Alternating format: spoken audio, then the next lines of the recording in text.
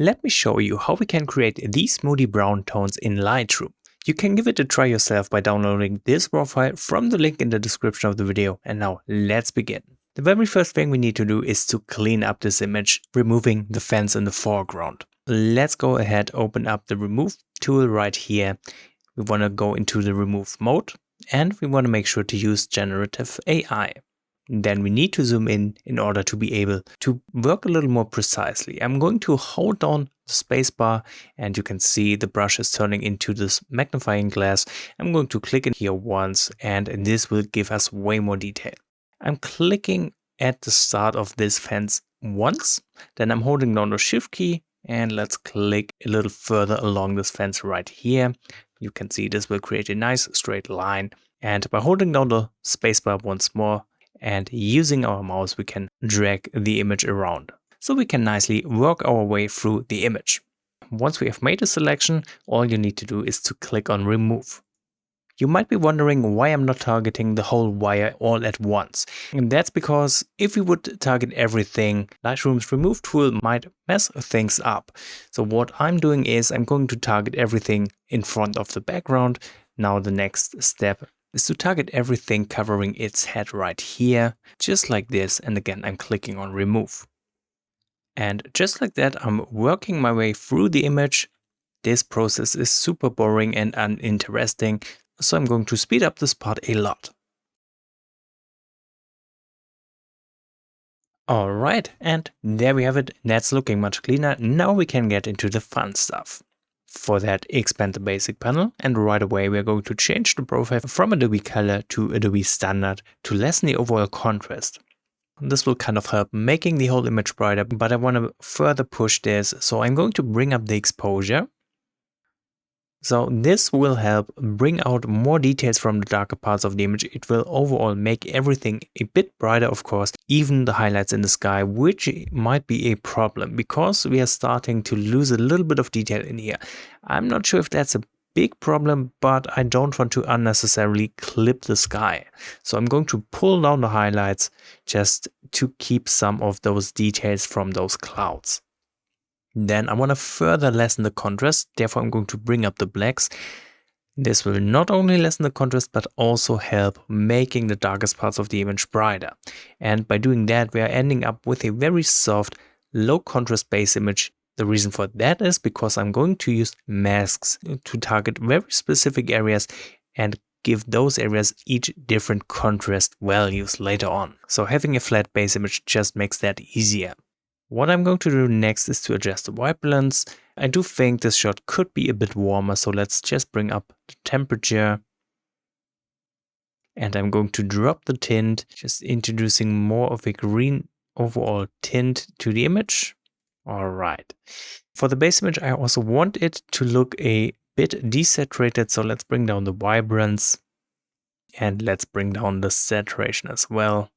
Just a bit like this. All right. Then I'm going to bring up the texture, making the image look sharper.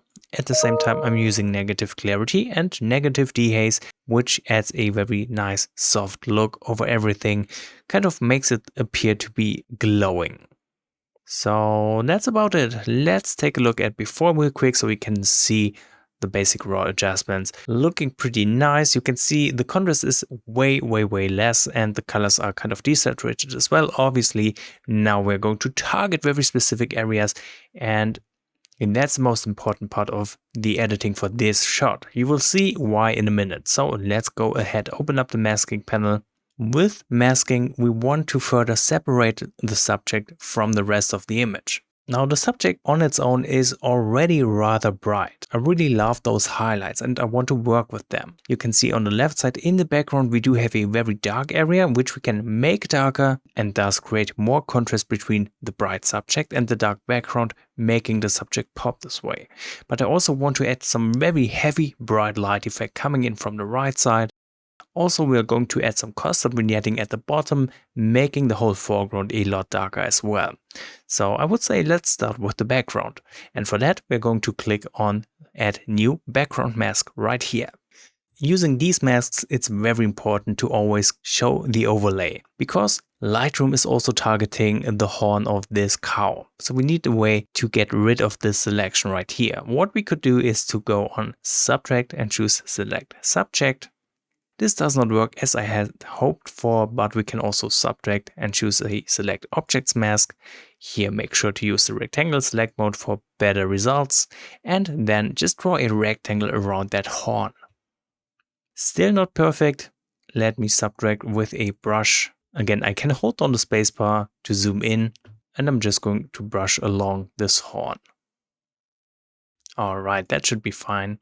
With this mask, I only want to change the background, so that means we also need to get rid of the foreground. I'm going to subtract a linear gradient for that, and I'm just taking out pretty much all of that grass below. And I also want to take out a bit of the left side, so let me use another linear gradient, which I'm subtracting. So just like this. So the reason I do this, I want the right side to be bright and the left side to be dark. So I need to get rid of this part of this mask to not make it brighter. And then all I need to do is to bring up the exposure, and you will see how this will nicely brighten up the background in just those areas we want. I'm also going to drop the dehaze, making the background look a little bit softer. And I do think the highlights are suffering a bit, so I'm going to bring them down to prevent heavy clipping in here. Alright, that's looking nice. We could also bring down the clarity a notch just to make this part of the background look softer. Then right away, let's make the foreground darker. I'm using a simple linear gradient. I'm going to drag it up like this, and all I need to do in here is to bring down the exposure. I'm going to drop it quite a bit because I want the foreground to be super dark. So something like this, probably. I'm using another linear gradient right away. I'm going to tilt this one a little bit so it's a bit higher on the left side because this area is again where I want the image to look darker. And again, I'm going to drop the exposure. This way, just stacking multiple different masks on top of each other. Let's bring it down like this. Alright. Maybe bring down this linear gradient a bit to not affect the subject too much, but I really like this look. Then let us add a little bit of light coming in from the right side. I'm going to use a radial gradient here. Let's make it nice and big like this. Let's tilt it a bit to give this light effect a more natural effect. I'm also placing the center outside of the image, again to make it look more natural, and we need to subtract the subject because we want this light effect to be behind the subject. And then to create light, all I need to do is to bring up the blacks, and I can even bring down the dehaze to make this effect stronger. Alright. On the other hand, we can work on the left side as well, so let me use another radial gradient. I'm going to drag it up like this, make it nice and big, again place the center outside of the image. And again, I'm subtracting a subject mask right here. And I'm also going to subtract a linear gradient because I don't want to affect the grass in the foreground, just the dark forest in the back. Now, of course, I don't want to add light. I want to make it darker. And to make it darker, again, I'm simply going to bring down the exposure. Now here you can really nicely see how bringing down the exposure in the background will help separating the subject and just make this cow stand out. That's looking super good. You might have already noticed it. Unfortunately, the masking in Lightroom sometimes isn't perfect because right now we do have some crazy line along this edge right here. When I first started working on this image, I used Photoshop's Camera Raw tool, and it seems to work a little bit better because I didn't have any issues with like that. But don't worry, what I'm going to do is to use a radial gradient, and I'm making sure I'm overlapping the problematic area right here. So let's make it big like this. And in here, I'm just going to add a little more light. So let's bring up the blacks. And let's also bring down the dehaze. This will not fix every problem we have with this line, but it will make it less visible. I do want to target the grass behind the subject, so let's work with another radial gradient. I'm going to make this one a little bit thinner, I think like this. Let's stretch it a bit. Now, again, I don't want to change the forest, so we need to subtract a linear gradient, getting rid of the forest in the back. And of course, we also need to subtract a subject mask to not affect the cow. Now, I'm going to add a light effect by bringing up the exposure. I'm also going to bring up the whites to make it nice and bright. Again, this will help separating the subject from the background, since the subject in this area is rather dark and we are now making the background in that area brighter. I also think I want to bring up the temperature, introducing a warmer light. And let's play around with the tint. I'm going to bring it down to have some nicer green tones in here. Okay. One more thing we can do, of course, is to work on the subject itself. So let's go create a new mask and choose select subject. What I want to do is to make the subject a little brighter. So let's bring up the exposure just a bit. We really need to be careful here to not overdo it, but I think we can pull up the highlights all the way. I'm also going to bring up the whites, something like this. All right, nice. And I might even want to bring up the temperature to make the fur just a bit more glowing. Let's see, maybe even bring up the tint. This will add some more reds back to the fur. I think that looks great. Okay, and I'm going to push the saturation a bit. Having some more saturation on the subject also helps to separate it from the rest of the image. All right, looking good so far. I am going to use another subject mask. This time I'm only targeting the cow's head, so I'm going to click on those three dots, choose intersect mask width, and I'm choosing a radial gradient, which I'm going to draw up around that head like this. And that's the part of the image that is in focus, and I want to make this look extra sharp. Therefore, I'm using texture, so let's bring it up, and let me use some clarity, which will give this area some really nice highlights.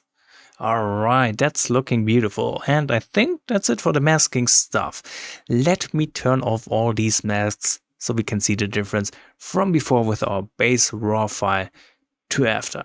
This is looking so much better, and it was all pretty easily done, I would say. Now we can focus a little on the colors, so let's go ahead, open up the color mixer. I want to work on the saturation. Basically, I want to desaturate the whole image except for the orange tones. So I'm going to bring up orange, which will affect our subject mostly. Then I'm going to bring down the yellow tones a bit. And I'm going to bring down the green tones and the blue tones. Alright, now if you want, we can use the color mixer to add more contrast to the image. Therefore, we need to head into the luminance panel. We can make our subject brighter using the orange luminance slider.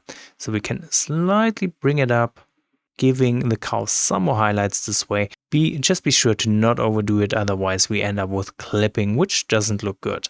We can also bring up the yellow luminance for the same effect. Now, if you want to make the orange tones a little more intense for the scene, you can go into the color grading panel for some split toning. We can use the midtones, and let's set up the hue to an orange color tone. Let's go with something like this, and here play around with the saturation. I'm going to dial down the saturation because I don't want to overdo it with the orange tones. I think something like this looks pretty good. Then we can go into the calibration tab and just play around with these sliders. Of course, if you have been watching my videos, one thing I always do is to bring down the blue primary hue and bring up the saturation because I love how this looks. For this scene, however, we can also bring up the green primary hue and bring down the red primary hue. Let me turn off the calibration so you can see the difference from before to after. The last thing we need to do, of course, the sharpening in the details panel. So bring down the radius all the way, increase the details all the way up, then we want to hold down Alt key while adjusting the masking slider, so we can nicely target the subject like this and bring up the amount of sharpening. And that's it. So let me know what you think about these moody brown tones we have just created in Lightroom. If this video was helpful, make sure to like it, maybe leave a comment and maybe even subscribe. Thank you very much for watching and see you all next time.